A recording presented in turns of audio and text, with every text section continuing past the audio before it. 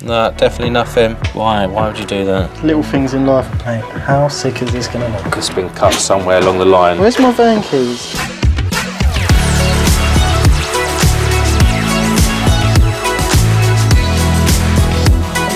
Alright, morning guys, welcome back. So we're at a job that you might have seen a video. So I think before Christmas, me and Jordan actually come and we installed this hypervolt. In the cupboard, there was 2 existing fuse boards. We just put a temporary one in just to get the car charger working. I was here yesterday, so I've started changing one of the fuse boards. Basically, we're going to take all 3 of the fuse boards off, put 1 double stack fuse board. One of them is on the right hand wall, so I'm going to have to put an adaptable box with DIN rail, extend all the cables round to the location of the new board. Luke's going around the house doing some odd bits. I think today's going to do a doorbell, so hopefully you'll see some of that. And I'm just going to lock off the power and then we'll show you inside. Luke. Yes. I need the keys to open the meter cupboard, not the van. You'll learn one day. Since there's been a circle. Mate, if you can get that. I reckon that's where they buried the cable in. If you can get that, we can stick the... I'll have a little chisel out. Give it a little... Go for a dig, mate. Yeah. So basically, we was here yesterday. The gentleman had a battery-fed doorbell, and he wants us to put the new Ring doorbell on. It's only this morning I've come back. This was actually, it was buried. It had all cement, but I didn't notice it yesterday. It was quite well blended in. So yesterday I was looking all around. We took these light fittings out just to try and find the original doorbell wire. And it's only this morning I've just come back to notice a slight coloration difference in the cement. Chipped it away a bit, and I'm going to get a smaller screwdriver. But as you can see, the old doorbell cable's actually fed in there still. They've actually pushed it back into the wall. So yeah, it's going to save us a lot of time, and we can just use the original one. Right, so this was the cupboard before. So we had 2 fuse boards, and then we temporarily put in a little one just for the car charger. So basically, my aim is to get rid of these 3 and put 1 double stack board in. So yesterday, I made a start on it. So I've got the double stack mounted. I changed the top fuse board, that's all away. Car charger fuse board, that's gone. Because it's a Hager board, I've had to do the same thing, do it to the end, put an MCB in, feed in an RCD so that switches the live and the neutral. So that's a double pole for the car charger. Going to clip that down the wall. What I've done is, because this board up here, I'm going to have to stick an adaptable box up there with some DIN rail, extend the circuits down the trunking that I'm going to put down there. All this will be gone, that's just temporary to keep them powered for last night. So the cables are going to come down, and then rather than cut and grommet strip, I actually had some 50mm glands and lock rings from an industrial job that I just like to save them because they always come useful. So I've put 3 50mm lock rings on there, so I've got nice big access under the board through the trunking. So hopefully once that side's connected into the DIN rail, it'll just be a case of bringing 1 cable down at a time, up and into the breaker, and hopefully that will just be this cupboard all cleared up from before. Everything will be in one point then. So yeah, we'll see how it goes.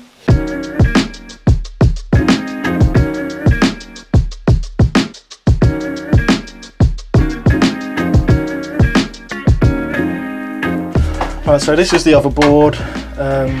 It's actually quite neat. I just chucked these in temporary yesterday because, as you can see, someone's just crimped the old cable and extended them. I didn't want to leave it like that, so I'm going to take all this off, the old cable on these ones, and these cables can go into the DIN rail. I'll take a new one through, down some trunking, into my new board. So I'm just going to label these up now so I know what they're doing, and then I'll strip this off the wall. All these tails can get stripped out, and then our tails can just go straight into our double stack board.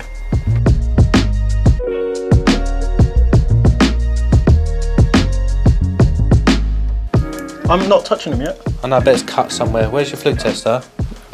In the back of my bag.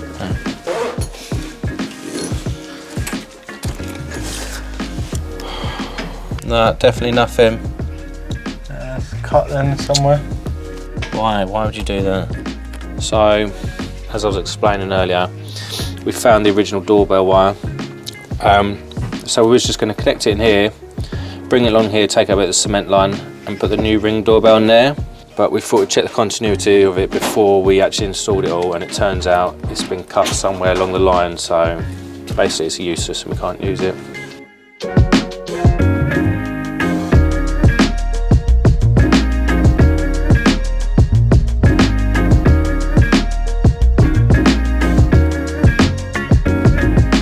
So don't blow the brick on the outside. Well, don't forget you want to go into the bell transformer casing, don't you? Yeah. You want to stick fuse there and then the bell transformer. Yeah. How wide would that be? That'd be centre. I don't want to go into a brick. That's bang in line with the centre of the socket. Right, okay, so why don't you do it on this course? The extra bell transfer's taller, isn't it? Yeah, so it should be on this course along to where you want it. Yeah. And use like the tiny little pilot bit. Yeah. But there's a joke there somewhere. What? It's a lot smaller. It's on the inside and the outside. Right, so because that wire, obviously we can't use it anymore, we did speak to the customer and we gave him a couple of choices. We could have run a new cable from the bell transformer and the fuse board all the way through the ceiling down and try and get it down there, which he said no, because he didn't want to do any repairing work in the ceiling. We have to take sections of that off. Then we gave him the option to chase in another fuse spur box there and a transformer box to put in the wall, and he said he didn't want any mess like redecorating and things like that, so he's gone for just surface mounted. So we're going to put the fuse switch there, fuse spur, sorry, and then we're going to put the transformer box right next to it there, and then just drill through into the wall. Luke, can you just see if this cable's the old one in the meter cupboard? I just want to cut it off. You ain't going to see no movement in that, and only will last about 3 months until the new V3 is released, which has much more space and rear entry. Oh, it's only temporary, that high volt design. What's that? Erica, that's only temporary, that high volt design. What one? The latest one. Yeah. Pass your cable in, so that's going to be... There, and then... Yeah. Come on. Come on. No swear words will be used in this video.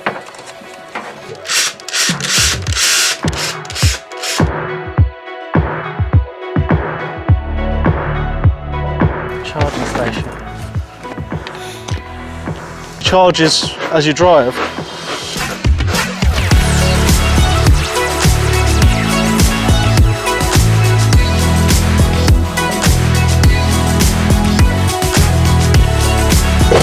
Start.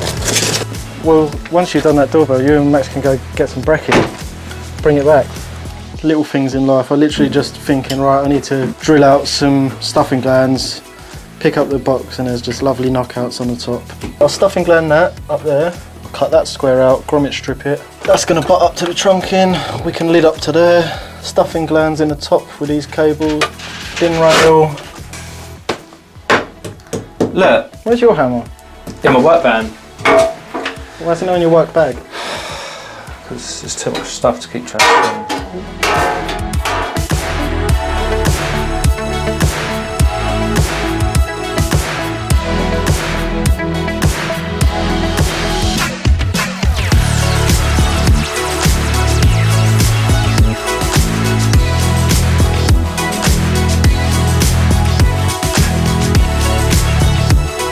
All the stuffing glands in the top for the cables coming in from the old board. Got my grommet strip, that's going to sit up to the trunking, so I'll bring my old cables into a bit of DIN rail. I've got the connectors, I'll show you them in a bit, and then my new cables will come through. I haven't tried the Wago ones, I know they do a pre-made box, but this is just what I got given with the material, so looks like there's a nice bit of room in there, and yeah, we'll see how it goes, and then hopefully I can try a Wago box one day as well and compare them.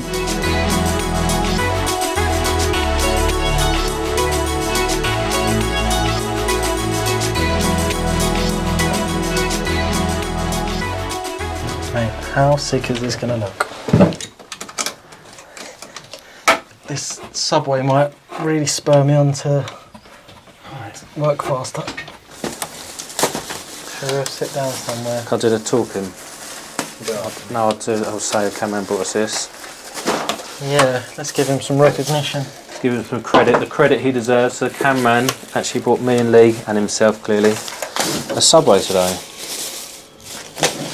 That's that one. No, he can't. He's probably You're not going to writing or label. Oh, I'm just going to have to eat. I'll have to have a bite out of each one and see what it is. BMT, is it? Yeah.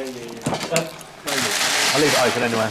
Right, we all just inhaled our Subways, so I'm going to finish these last 3 into the DIN rails. That's all the old cables dressed away, excuse me. And then I'm literally just going to run 1 cable at a time through, down my trunking, put it away in the breaker in the board. And what I am going to do might be controversial, but be interesting to see what other people think or what they'll do. Rather than run 2 cables from the rings, it's just more connections. I'm going to run a 4mm from the 32 amp breaker to the DIN rail where my rings joined together, and I'll put a note on the front cover to say that I've done that. Obviously you can have 4mm on a 32 amp, so I don't see why there would be an issue. You still got your rings joined together up here, but I'm sure there'll be lots of opinions out there why you should or why you shouldn't. So yeah, it'll be interesting to see what other people think, but that's how I'm going to do it. So yeah, I'll put these away and I'll start dressing the board in.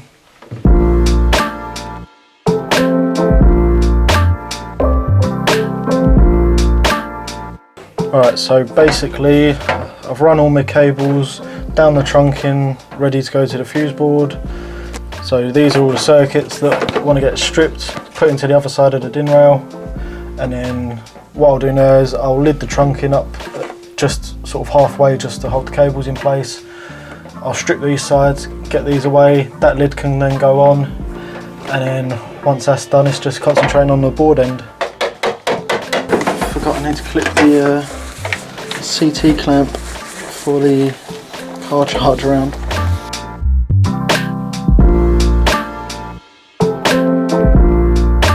So, like I showed on the inside, with the holes actually exits holes here, so it's a little bit wet.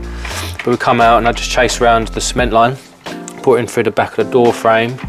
And then yeah, all we need now to do is install that. But like I say, it should blend in nicely, especially when it sets and the colour will change slightly. Yeah, looks good.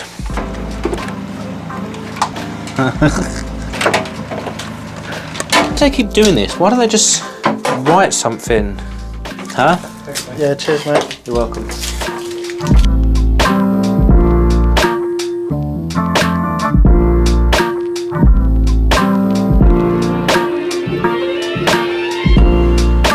So I'm just going to defend myself. Last video, well it wasn't last video, but that was the latest video to come out. People said one needs to poke through and find a joist, and obviously you get these 3 with the lights. So you can just put it up, poke the centre hole, then poke all 4 edges, so you know hopefully it should be clear of joists. Obviously the cameraman didn't show me using it last time, but I do use it.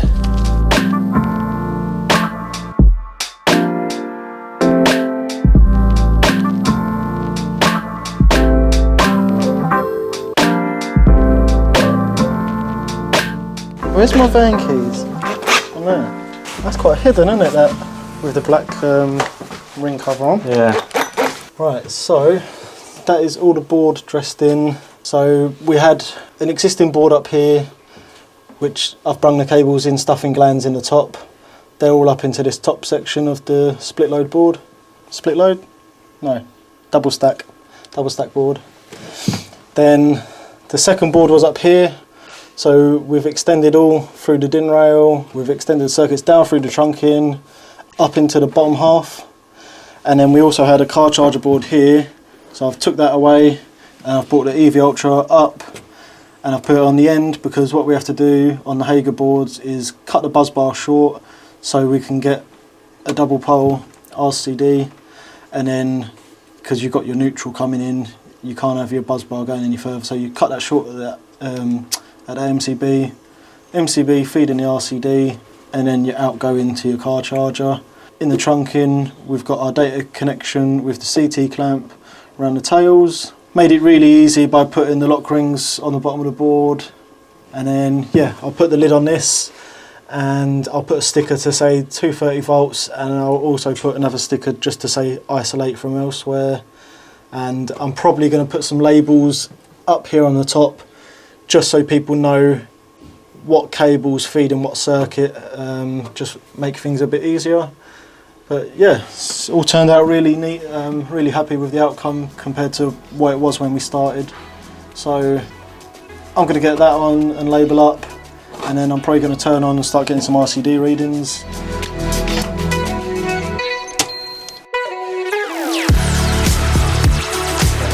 In the middle, I'd have gone each corner personally.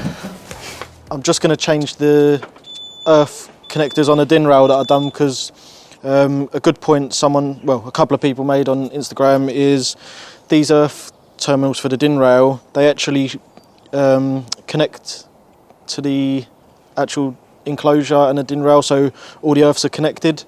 So if you disconnected one circuit at the board and you wanted to do an IR test, it's going to be linking through all the earths in the adaptable box. So we're going to swap these out. We're going to put these ones in, which they're just plastic on the back, so it'll just be a straight through connection to the board. So I'm going to get them swapped over. So yeah, let's go have a look. Right, so I just thought I'd show you a close-up of these DIN rail connectors. So these are the earth ones that I used before. So this one you can actually see inside, it actually links through to the metal clips that clip on. So the earth will go straight through, it will link to the next one. This is the bigger size.